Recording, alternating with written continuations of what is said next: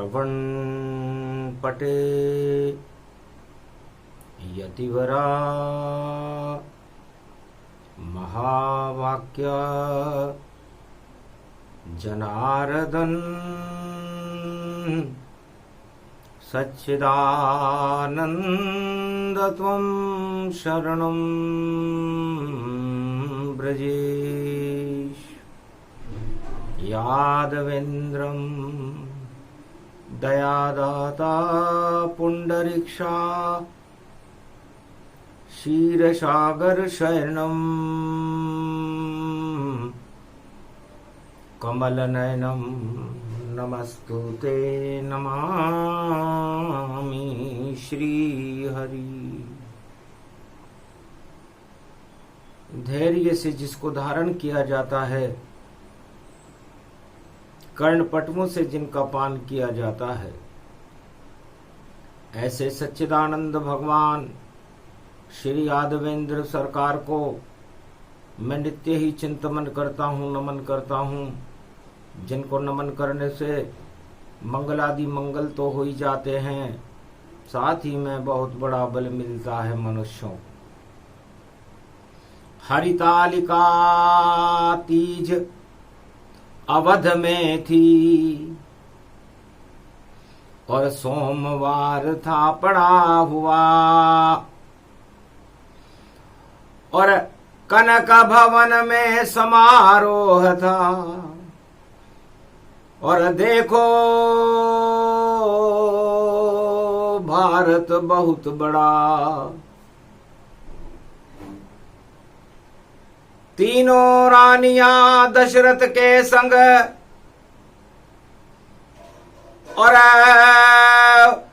अवध में बड़ा उछाव। कनक भवन में राज तिलक की और तैयारी करवाओ। गुरु वशिष्ठ दशरथ बुलवाए, अहो भाग भारत में आए। अवध सजा दो अब तुम सारी, कनक भवन में करो तैयारी। 18 सितंबर पड़ा और त्रेता में हरितालिका तीज, और तीनों रानियां आ गई महल में, और समारोह शुभई। कनक भवन में राज तिलक का समारोह मनाया जा रहा था। दशरथ बड़े प्रसन्न थे, गुरु वशिष्ठ तैयारी कर रहे थे राज तिलक की। नया है ये भवन देखो, राम आए जानकी, लक्ष्मण भी लाए उर्मिला, और देखो सरशक्तवान की श्रुति कीरति शत्रुघ्न भरत, और चारों राजकुमार। अरे राज तिलक करो राम के, बोली दशरथ सरकार। सबसे पहला कनक भवन के अंदर जो समारोह हो रहा था, राम राज तिलक की तैयारी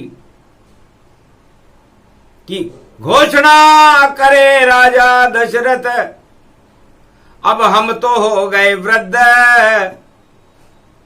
और जाएं तपस्या जंगल में, और राम बैठे राजगद्दी पर। अब भगवान राम,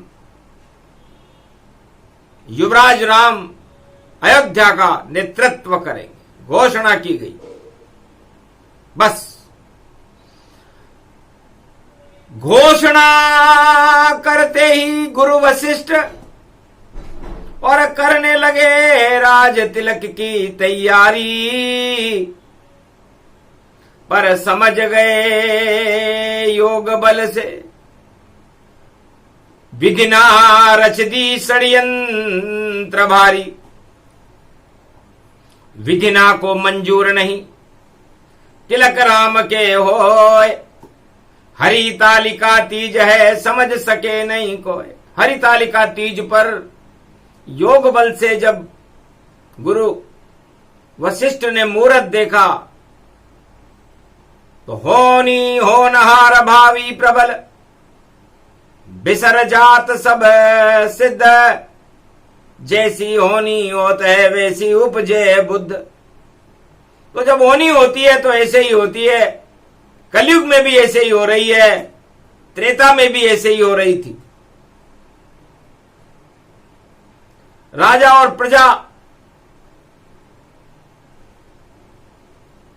की बुद्धि काम नहीं कर रही थी, क्योंकि राज तिलक सबसे बड़ा और राज गद्दी षड्यंत्र। तंत्र मंत्र शक्ति चले तब मिले राज स्वतंत्र। तो सारे ही षड्यंत्र घुसी मंत्र आ जाए। अरे बुद्धि बिगाड़ी के कई की, हम दासी बने अब आए। हे महारानी के कई, मैं तुम्हारी सेविका हूं। और अब राजा दशरथ ने राज तिलक की, रामचंद्र के राज तिलक की नए भवन में घोषणा की है। तो दासी बचने से अच्छा हमें कुछ तो करना ही चाहिए। और कैसे राज तिलक हो भरत का, हमें प्रार्थना पत्र देना चाहिए। जाओ दशरथ प्रिय तुम्हारा, और कर दो कुछ षड्यंत्र। कोप भवन में जाओ के कई, और फूको कान में मंत्र। मांग लो वरदान दशरथ से, यही शुभ घड़ी तुम्हारी है।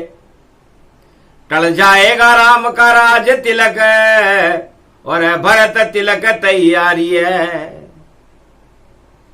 बिना सोच विचार के और मानी मंथरा बात, और राम राज का मुहूर्त टल गया। राम गए रे बनवास। नए भवन के पहले दिन ही राम राज्य को वनवास कर दिया। कैकेयी ने कोप भवन में चली गई। तो को का भवन जावे कैकेयी, रंग में भंग करे कैकेयी। और जाने क्या क्या करे कैकेयी, और देखो कोप भवन कैकेयी। नया भवन और कोप भवन दोनों एक समान। और कैकेयी वस्त्र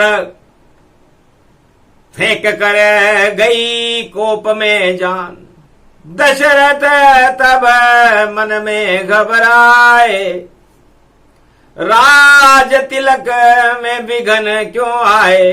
राज तिलक की तैयारी में विघ्न कहां से आ गया। हरितालिका पे तीनों रानियों को बराबर का सम्मान राजा दशरथ ने दे रखा था। कैकेयी, कौशल्या, सुमित्रा तीनों बराबर जान, और तीनों ही अपने पुत्रों को और राज बनावे आन। सब रानियां इस तैयारी में थी कि हमारा पुत्र को राज मिले, लेकिन राज तो एक को ही मिलता है। आखिर कैकेयी की बात सुन दशरथ गए घबराए।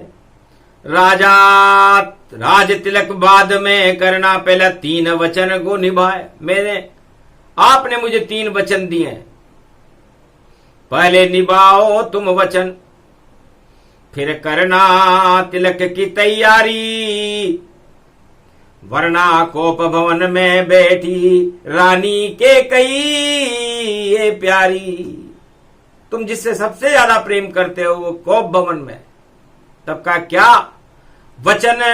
प्राण जाए पर वचन न जाई, रघुकुल रीत सदा चली आई। बोलो कैकेयी क्या वचन है। महाराज भरत के राज तिलक और राम के नहीं होना चाहिए, और 14 वर्ष राम जावे वनवास, ऐसा अवध में होना चाहिए। और नए भवन की महारानी और कैकेयी बने महान, राज तिलक होगा भरत का ये दे दो वरदान। रंग में भंग कैकेयी कीना और नया भवन हो गया सुना सुना। जो चाहो मांगो महारानी, पर राम को वन में क्यों भेज रही रानी।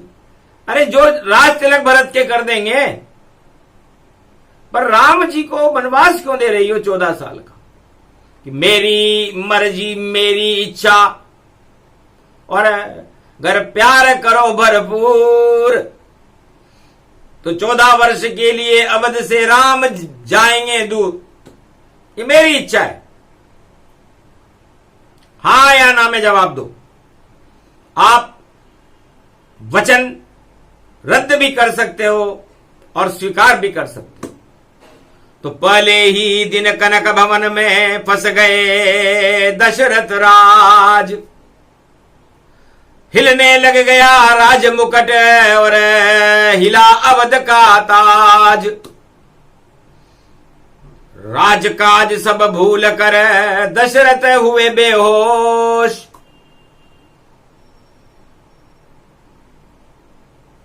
दशरथ की मति मारी गई और इसमें किसी का न दोष।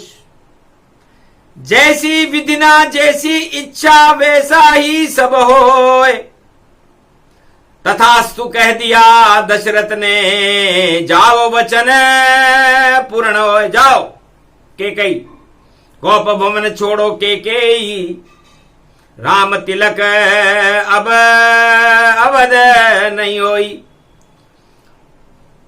वेदेही और राम 14 वर्ष वनवास, और नहीं रहेगा कनक भवन में रामचंद्र का वास। हर्षित तब कैकेयी गति जाना, धन्य मंथरा दिया ये ज्ञाना। मंथरा नाम की दासी ने ज्ञान दिया था। शनि पर 7.5 चल रही थी अवध पे। अवध 7.5 तब बोली, बुद्धि मंथरा कैकेयी डोली। बुद्धि बिगड़ गई दशरथ राजा, और देखो अवध में हुआ तमाशा। युवराज रामचंद्र भारत के, जो भगवान बन के यहां आए थे, और राज तिलक नहीं हुआ उनके, और वह वनवास दिखाए थे। कनक भवन सब धरा रह गया, धरी रह गई आस। राज गद्दी को छोड़कर राम चले वनवास। कैसा योग हरिताली का, और पड़ा 18 आज। अरे 18 पुराण तो ज्ञान को कहते, और महाभारत 18। 4 वेद शेष शास्त्र और 18 पुराण यदि ज्ञान हो तो भगवान आ जाते हैं, और यदि अज्ञान हो तो महाभारत हो जाता है। तो 18 का योग है। पड़ गया सोम का वार, और नए भवन में देखो बने भरत सरकार। राम तिलक नहीं होएगा, राम जाए वनवास। और क्या क्या विधिना ने रचा, देखो ये इतिहास। उलट पलट अवध वही बारी, और उल्टी हो गई अयोध्या सारी। जब से राम गए और सीता, धर्म कर्म सब हुए विपरीता। सारे धर्म और कर्म विपरीत हो गए जब राम वनवास को चले गए। प्रवेश ही कर नहीं पाए राम, और कनक भवन की झूठी शान, और छोड़ दिया उसको भगवान, और जंगल गमन की न श्री राम। अरे कनक भवन नहीं चाहिए, नहीं भोग और योग, हम तो जंगल चाहते और संतों का संयोग। राम लखन संग में वेदेही, पितु आज्ञा मान जंगल गमन कई। पिता ने आज्ञा देते ही सारे वस्त्राभूषण त्याग कर और नए भवन में न प्रवेश, और राम लखन सीता करे देखो वन में प्रवेश। जंगल में जाने की थी भाई, कर ली राम ने तैयारी, और रथ लेकर सुमंत खड़ा है, और खड़ी पीछे अवध की प्रजा सारी। सारी अयोध्या की प्रजा राम जी के पीछे खड़ी थी कि ऐसा हो सकता नहीं, और वापस वचन तुम ले, भरत तिलक नहीं होएगा, राम तिलक ही देव। गुरु वशिष्ठ मन समझ उपाई, विधिना ने सब योग बनाई। नर चाहे तो निर्फला, हरि चेते तत्काल, बलि चाहे आकाश को विधि भेजे पाताल। तो चक्रवर्ती सम्राट राजा दशरथ की बुद्धि को एक नारी ने बिगाड़ दिया, केकई ने। नारी मोह फंस गए दशरथ जब, तो राज तिलक हट गए अवध तब। तो राम चले जंगल बनवासा, नए भवन में हुआ तमाशा। कनक भवन सब धरा रह गया, और धरा तिलक सब ताय, और कर प्रणाम कौशल्या दशरथ, राम वनौ गति पाए। राम जी ने पिता की आज्ञा का पालन किया, गुरु वशिष्ठ को नमन किया, कौशल्या को नमन किया, सुमित्रा को नमन किया, केकई को नमन किया, पूरी अयोध्या को नमन किया, और अपने भाई लक्ष्मण के साथ और अपनी अर्धांगिनी सीता के साथ हरि तालिका, हरि की इच्छा मान ली और वन में गमन कर गए। तो मखमल जैसी हरियाली और रिमझिम पानी बरस रहा, और रथ में बैठ कर राम जी देखो तमसा पुल से गुजर रहा। रोक दिया रथ सुमंत का, और करें यहीं विश्राम। प्रजा साथ में अवध की, और भजन करे श्री राम। भगवान राम ने विश्राम किया तमसा के तट पर।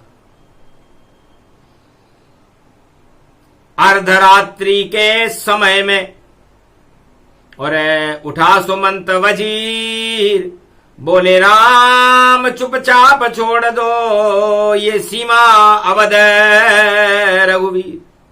रात्रि के अर्धरात्रि में अयोध्या की सीमा को छोड़कर चुपचाप राम लक्ष्मण सीता तमसा नदी को पार कर गए।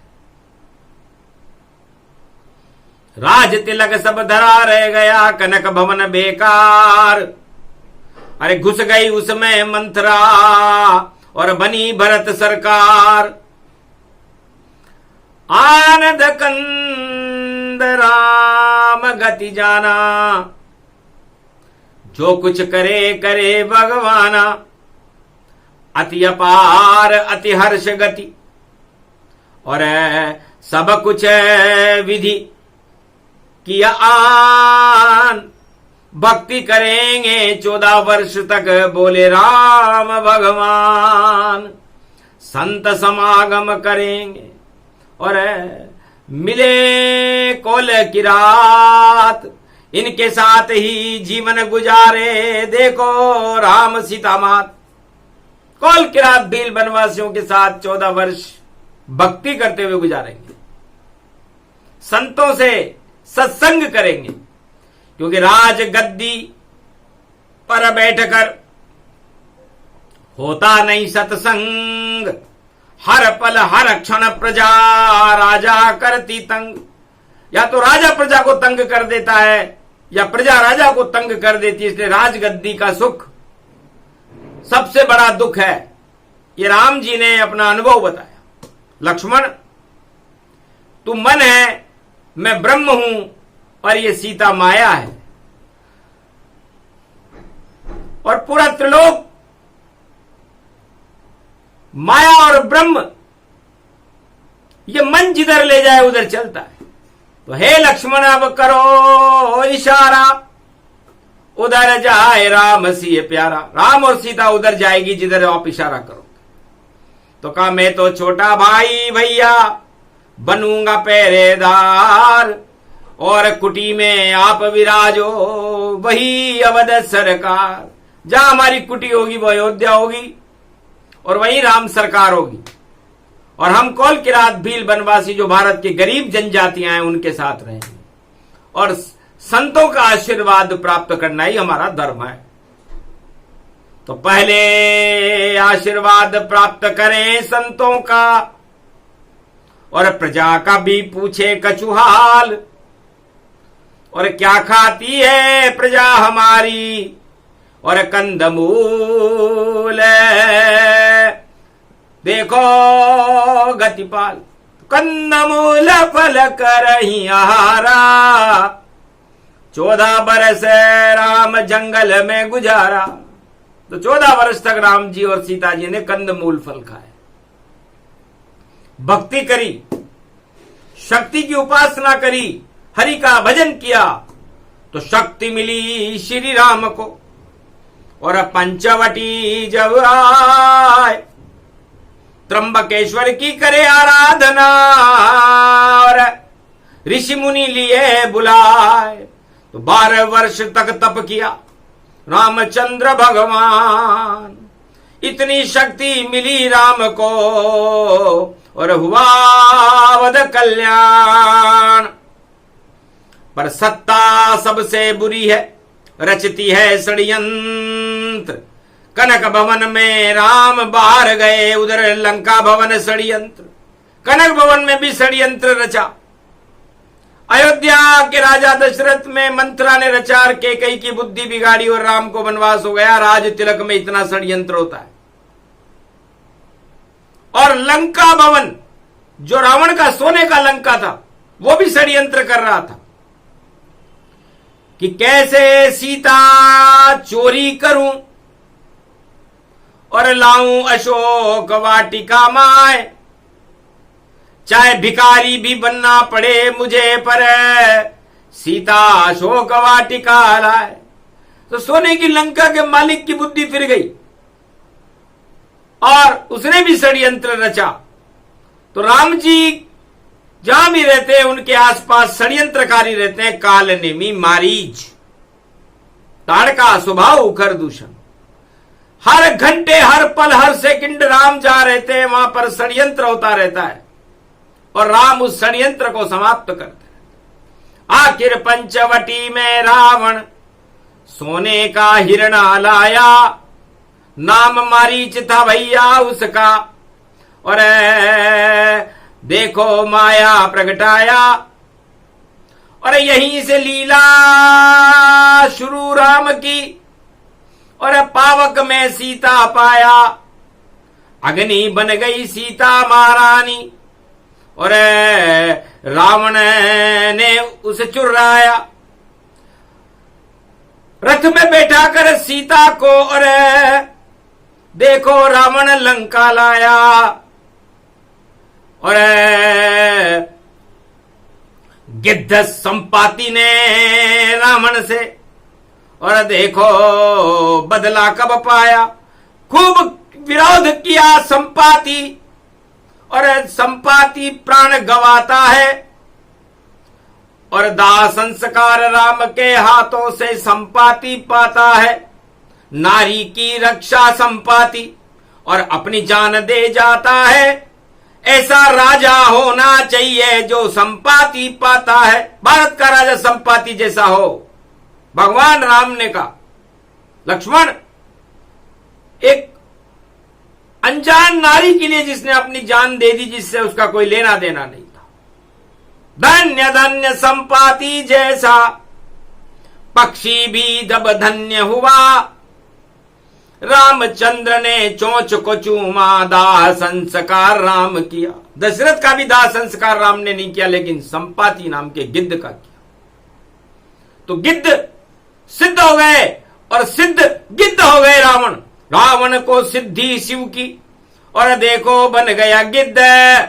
और गिद्ध था संपाति भैया, उसकी बुद्ध हुई शुद्ध, उसकी बुद्धि शुद्ध हो गई। उसने नारी की रक्षा करने के लिए अपने प्राण गंवा दिए।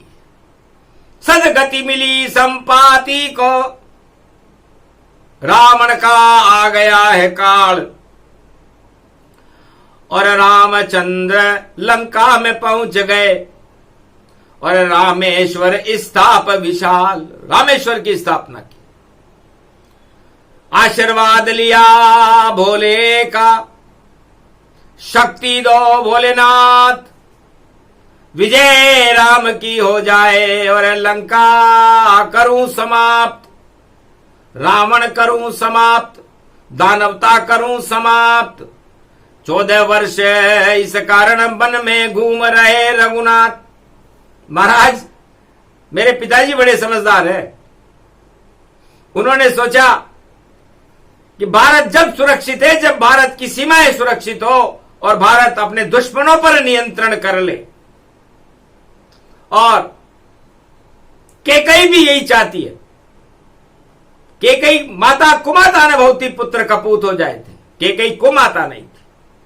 उसने सोचा राम धनुष को तोड़कर सीता लाए मात, तो क्यों नहीं शक्ति है इसमें और जगत रूप विख्यात। जब सारे राजाओं का मुंह लटक गया, धनुष नहीं टूटा, तो इस लड़के ने धनुष तोड़ा है तो होनहार है। तो सारी दानवता को तोड़े, उसका नाम है राम।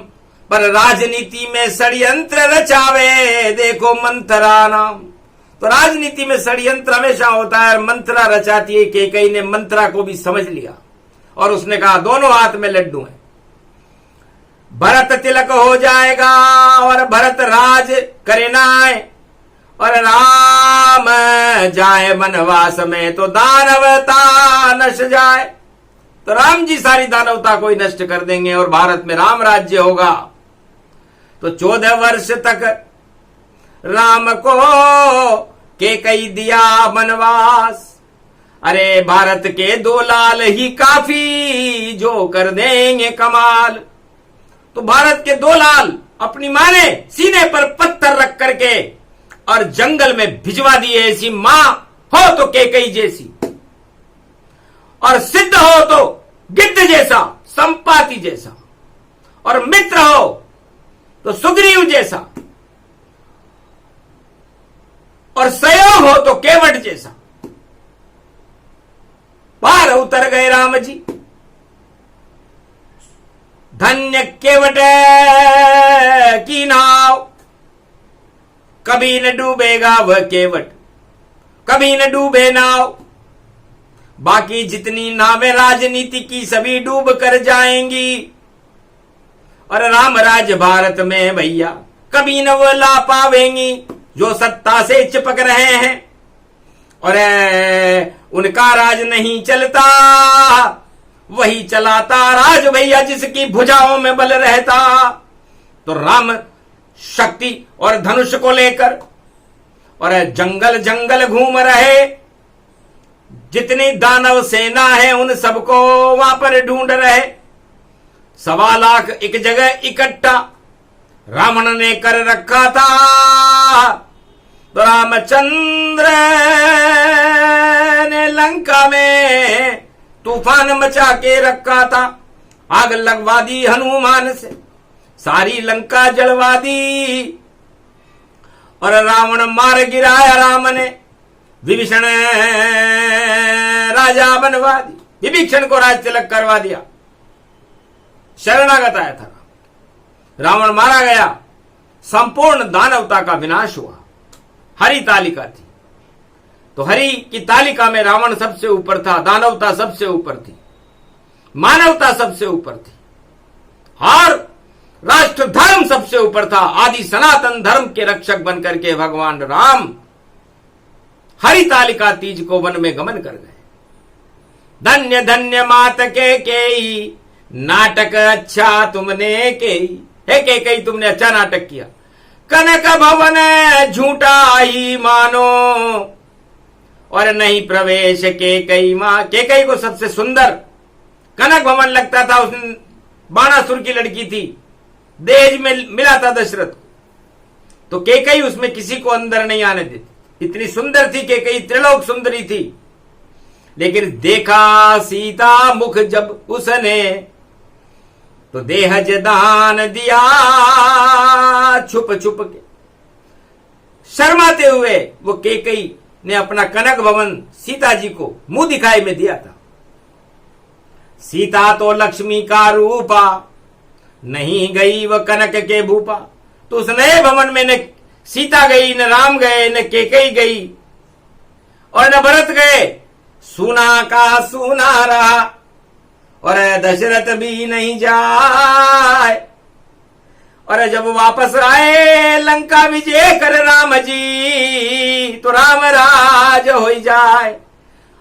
तो कनक भवन पूरा भारत और बना दिया श्री राम और राम राज भारत हुआ ऐसे राम भगवान। तब उन्होंने कहा कनक भवन छोटा है, नए भवन में राजा वाजा नहीं जाते, हम भी नहीं जाएंगे। तो राम नहीं गए कनक भवन में। जो जाए पछताए, जो भी राज तिलक की इच्छा से जाए कनक भवन में तो उसका ताज उसे नहीं मिल पाए, जाना पड़े वनवास में, कर लो लाख उपाय। अरे राज तिलक नहीं होएगा, बोले वशिष्ठ मुस्काए। वशिष्ठ ने कहा इस कनक भवन की नियति ही भगवान ने ऐसी लिखी है कि जो इसमें जाएगा उसका राज तिलक नहीं होता। इसलिए सोचो, समझो और करो। ये रामायण बतलाती है।